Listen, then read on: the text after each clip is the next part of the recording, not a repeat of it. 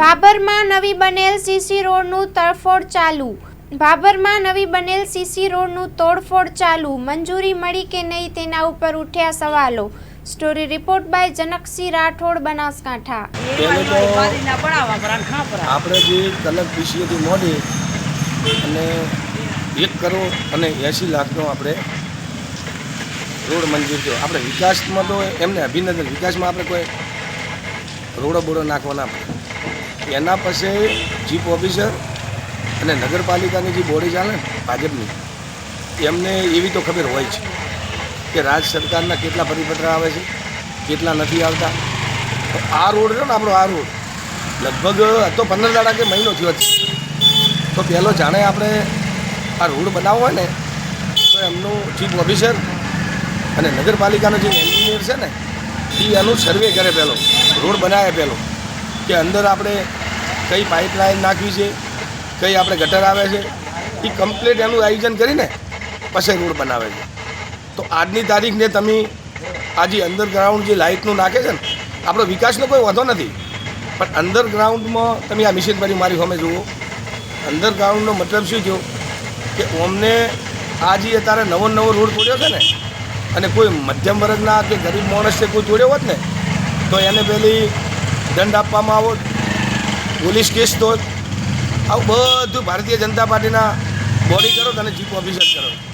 એના પર છે અત્યારે હજી અંડરગ્રાઉન્ડ અત્યારે આજે એમની કેટલી તાકાત છે, ભારતીય જનતા પાર્ટીના કયા આગેવાન છે. તો અંડરગ્રાઉન્ડની અંદર અમની નગરપાલિકાના ચીફ ઓફિસર જોડે કે ભારતીય જનતા પાર્ટીની બોડી જોડે એમની પરવાનગી લીધા વગર આ અત્યારે અંડરગ્રાઉન્ડ ચાલુ કર્યો છે. અત્યારે 1 કરોડ ને 80 લાખનો આખો લાઠી બજારના આપણો રોડની અત્યારે એવી દશા લાવી છે. તો મારી એક ચીફ ઓફિસરને અને ભારતીય જનતા પાર્ટીની જે નગરપાલિકાની જે બોડી ચાલે છે ને એમને પણ મારી રજૂઆત છે એક આગેવાન તરીકે કે તમે મધ્યમ વર્ગના માણસને આવી કોઈ નોટિસો આલી હોય, તમે પોલીસ કેસ કર્યો હોય, તો આ લોકો જે અંડરગ્રાઉન્ડ જે અત્યારે જે ખોદે છે ને એમને અત્યારે દંડ આપવો જોઈએ. એની પછી કોઈ એમની એવી કઈ તાકાત છે તો કદાચ એમને પોલીસ કેસ થવો જોઈએ. અને જો મધ્યમ વર્ગના માણસોએ કોઈ આવું કર્યું હોત તો ભારતીય જનતા પાર્ટી અને ચીફ ઓફિસર આ રીતે પોઝિશન કરી હોત, પોલીસ કેસ તો હોત. અને બીજો મારો સવાલ કે અત્યારે ભાભરની અંદર અત્યારે રોડો બનેરા, અત્યારે બધોએ અમુક કોમું ચાલે છે.